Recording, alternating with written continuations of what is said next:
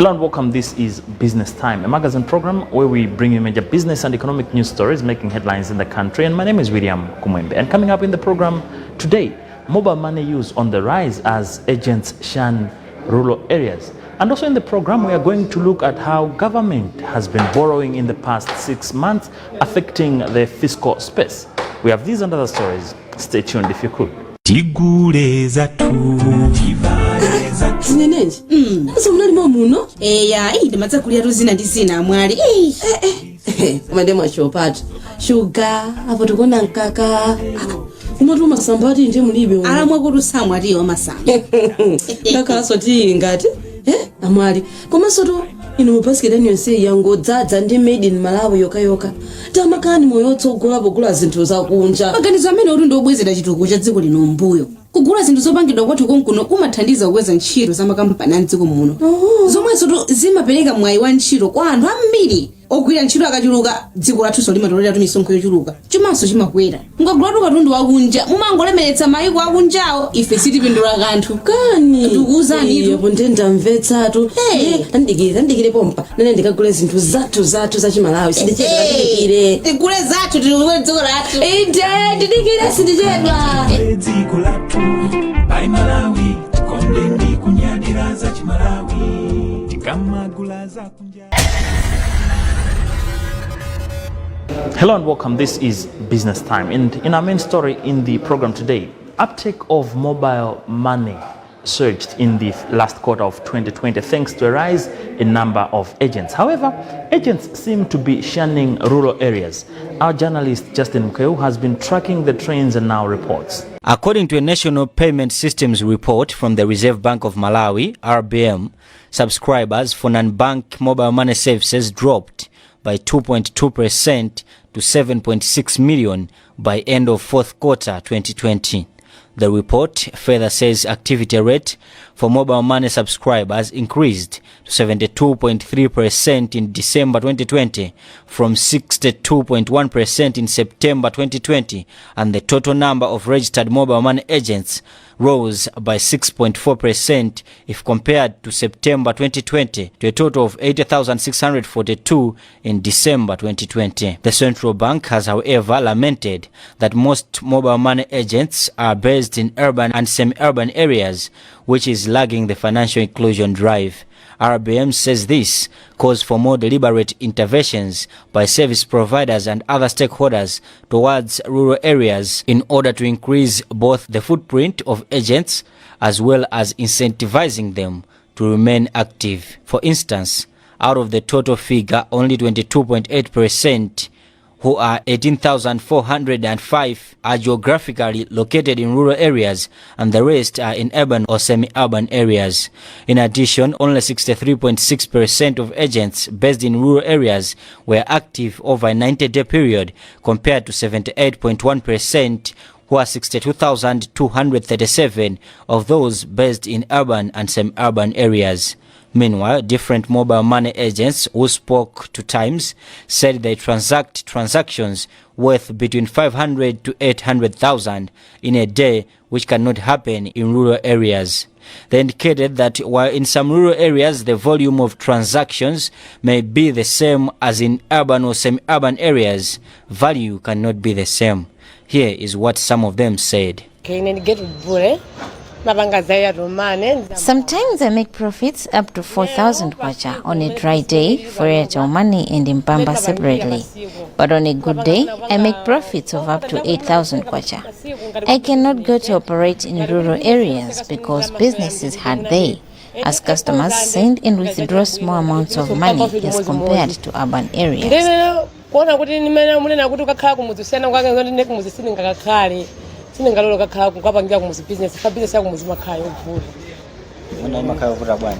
Makayovura kuti ngati kuti makasitoma amene timakumana nawo amidzi ndalama zimene amatumiza ndi kutenga zimakhala zochepa zazing'ono zimasiyana ndi mtawuni munomu. I cannot operate in a rural area because in urban areas business is slow. Yes, but it cannot be compared to rural areas because sometimes I make transactions. Let's say my transaction there, let's say 300,000. because malingana nimene customer awabwerera.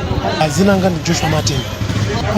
Of course suti ndochuluka moti tingachite kokomeze kome at least says the uneven distribution is largely driven by the fact that urban areas are more attractive for agents due to economic activities, which drives earning levels.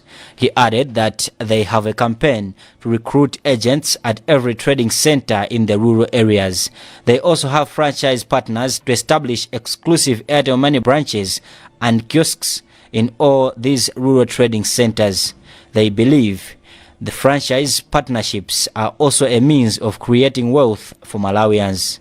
The RBM report says transactions on mobile money platforms are dominated by business-to-business, B2B, and airtime top-ups in terms of value and volume of transactions, respectively. Person-to-person, P2P transfers, bank push or pull, transactions across networks, off-net, and merchants' payments have also contributed more in terms of their proportion to total transactions processed during the period under review. Most Malawians are unbankable, and mobile money services are believed to be one of the tools which will drive financial inclusion. Now, government continues to struggle to tame its appetite for borrowing. For instance, figures from the Reserve Bank of Malawi show that as at December 2020, public debt surged to 1.103 trillion Malawi kwacha. Now, this is giving pressure to the government to manage the fiscus as revenue continues to shrink in the course of time. We have the whole story in this report. Industry captains and economists fear that accumulation of domestic public debt continues posing greater threat to the country's economy, faulting the government for what they call untamed appetite for borrowing. In July 2020, public domestic debt was seen at 916.7 billion kwacha and rose to 1 trillion kwacha in August. In September, the debt stock surged further to 1.1 trillion kwacha before going down to 948.4 billion kwacha in October and rising again to 999 billion kwacha in November.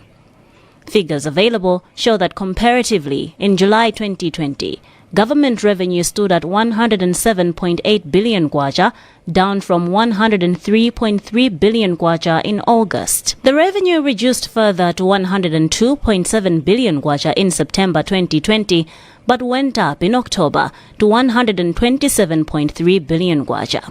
The government revenue declined to 93.7 billion kwacha in November and closed the year at 149.7 billion kwacha in December. Chancellor College economist Jacob Mazalale attributed the rise in domestic debt to lowering public revenue collection as businesses slowed down due to COVID.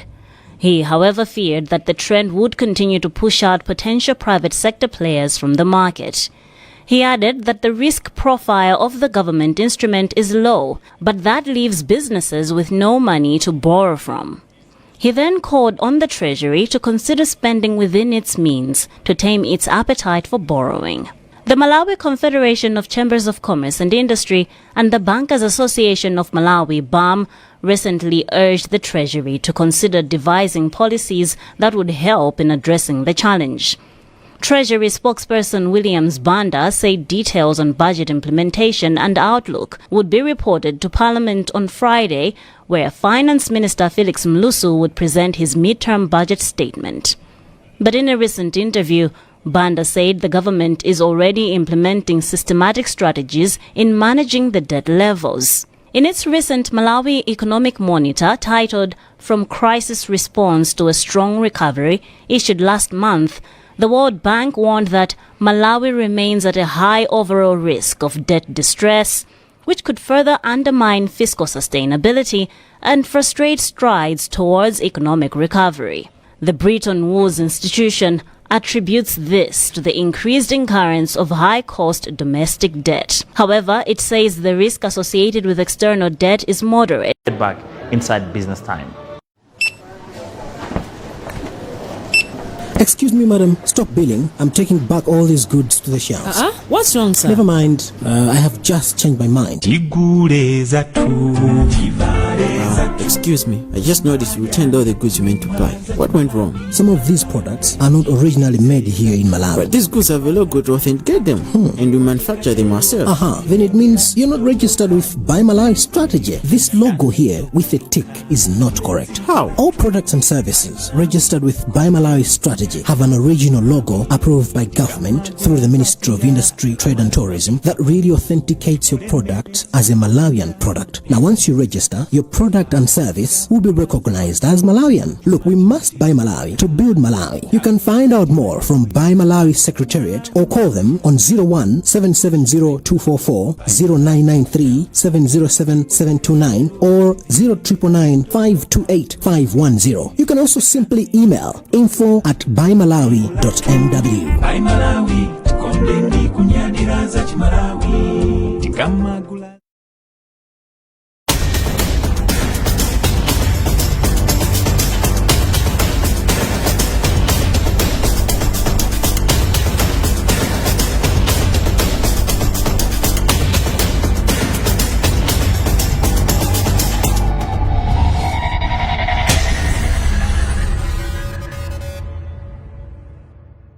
Welcome back. The Malawi Agriculture Investment and Industry Cooperative has secured about $16 million to help contribute towards growth of SMEs in the country. Our journalist Chimwemwe Mangazi caught up with one of the officials there to share the rationale behind the funding. Yes, as you are aware, Malawi Agriculture and Industry Investment Corporation, MIC, was founded in 2019 but started operations in 2020. And MIC is a local development financial institution whose mandate is to provide financial solutions to SMEs and big projects, large transformational projects.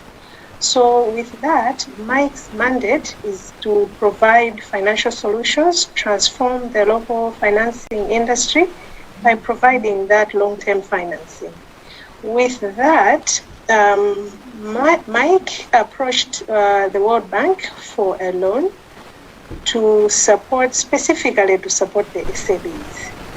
And with that, MIC has gotten that loan from the World Bank, which is specifically providing financial solutions to SMEs in the form of either debt, loans, equity, and guarantees.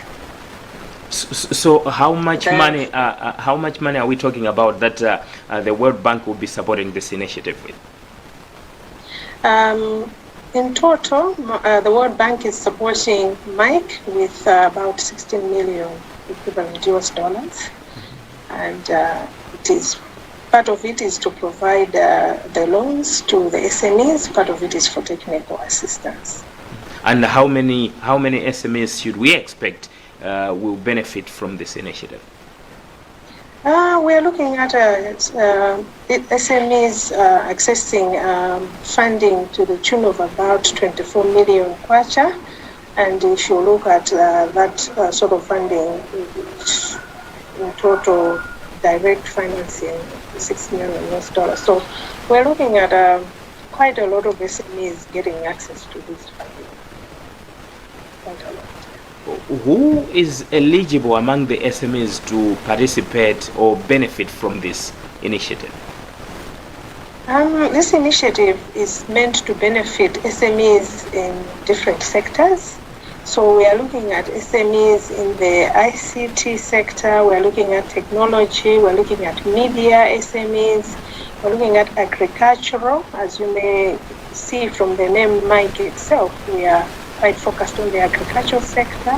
We're looking at, under this facility, those SMEs in the health sector. We're looking at manufacturing, agro-processing, as different sectors that this financing, this intervention is directed. We are also looking at SMEs who are existing with at least a track record of a year in business, and those who can provide some financial documentation to support their applications. And what exactly do they need to do to participate, or what criteria have you put in place for the SMEs to be eligible to benefit from this initiative? Right. They are like the financial support system. We are saying is we would want to understand who the actual SME is. So with that, we want to know the entrepreneur behind the business. We want to know, to get at least their copy of their ID. We want to be able to get at least where do they stay, their proof of residence. Do they have any experience in the business? Are they aware of the have they operated in this sort of sector for, do they have knowledge for it? Some form of basic CV. So once we know who the entrepreneur is, we now look at the business itself. When we're looking at the business itself, we're saying, give us a business plan. Who are your clients? Who are you? What sort of business is it in the business case itself? Who are your competitors? It doesn't even need to be written up by someone for them. They just sit down and say, this is the business that I want to do. I am currently producing 1,000 chickens. I want to be able to grow and produce 10,000. I want to be able to produce 5,000 in so many years. For me to do this, I have this. I want Mike to help me get to here. Competition is this. These are my competitors. This is the market. This is the production things that I need to be able to produce. So just narrating the story of the business. With that, we would want them to just provide some financial information. So I currently bank with such a bank, or I'm not banking, but I plan to open a bank account. And this is maybe the basic financials that I have. So are you able to show us a basic balance, a basic income statement? The balance sheet just telling us what assets do you have in the business? What do you owe on that business? The income statement just telling us in per year, this is how much I'm making, and this is what is my net. So just basic information that will help us to put together the story. Once they give us information on the business itself, we now start to ask, does the business have any security that they are willing to offer for this transaction? If the business doesn't have, does the entrepreneur themselves, do the entrepreneur in their capacity, in their own personal capacity, do they have anything that they are willing to support the business with?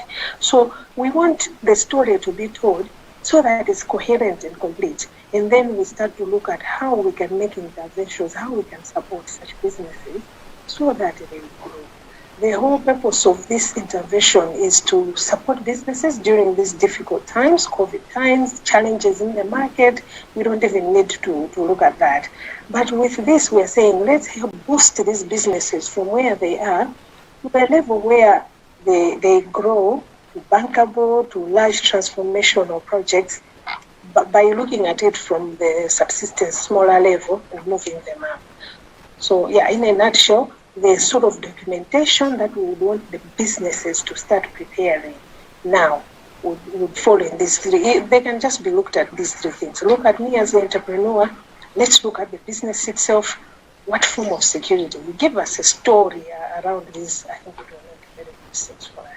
And when will these businesses be able to access the funding or participate in this initiative?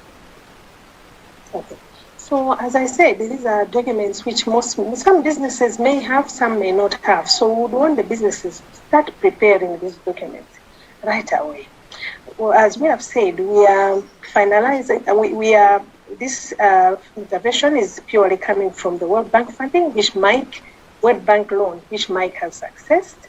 And with that, we are finalizing our agreements with the World Bank, and we should be able to finish all that towards but if we say that in May, we will start paying the money out, I think that's a fair enough comment. Yeah.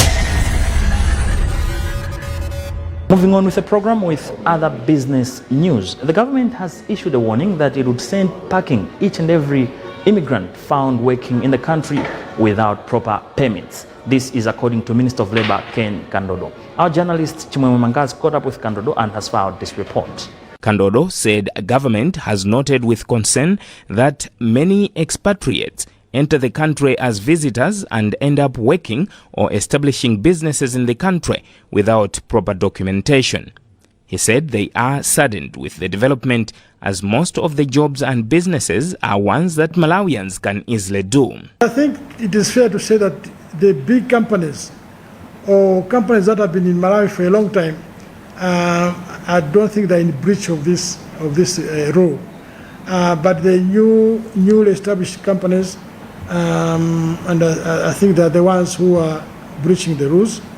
What we have agreed with the Minister of Homeland Security, who are responsible for Immigration Department, we were going to intensify inspections, where we pounce on a company and demand to see TEPs for any foreign workers that are there.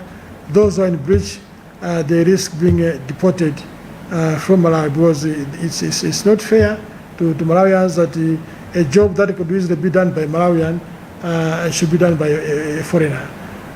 By the same token, if a Malawian goes to another country, they find it difficult to find jobs because of a similar rule, which is obtaining almost everywhere in Africa now. Immigration Department Deputy Spokesperson Wellington Chiponde confirmed that the department has been dealing with such cases but are constrained by inadequate resources. As Department of Immigration and Citizenship Services, our law, the law of the Department of Immigration requires to manage individuals who are entering and exiting Malawi, and at the same time we have a responsibility to look at all expatriates that are coming to Malawi to work, or rather to do business. These are foreign nationals, and there are some other expatriates working in established companies, and the law requires these people to have valid documents, and usually to expatriates the law requires them to have a work permit. It is against this background that when every expatriate that is found within the territories of Malawi without this valid documentation, the law permits that these individuals be deported. That's according to Section 21, subsection 1 of the Immigration Act. According to our routine work, we've been flashing, we call these people as irregular migrants, because in as far as the law permits, they are required to have all the documentation as per the law stipulated. If any person is found without this documentation, then within the law, then we are given the powers to deport them. There are so many cases that when we move around the town, we find these people without proper documentation, and at the same time, the law takes its course, and we do the needful in as far as implementation and execution of the law is concerned. We do not necessarily target a specific nationality, but it's an area where we, as a nation, we have to play this role together. You know, as a security apparatus, we move around the town and as well as the cities, including the remote areas, to look for individuals who do not necessarily have proper documentation. And at the same time, it has been our plea to the general public to come forward and furnish us with information that may lead to the arrest of such individuals. It is not the responsibility of the Department of Immigration alone, but every Malawian and the general public have the responsibility to inform the Department of Immigration of any suspected irregular migrants or other individuals who are doing businesses in this country without proper documentation. Section 21, subsection 1 of the Immigration Act holds that no person shall enter, be, or remain in Malawi unless he is in possession of a current permanent residence permit or a current temporary residence permit, a current business residence permit, or a current temporary employment permit. Well, with that story, we've also come to the end of today's edition of the program Business Time, a magazine program where we bring you major business and economic news stories making headlines in the country. On behalf of the entire production team, my name is William Kumwembe. Always remember, if it doesn't make money, then it doesn't make sense. Goodbye for now.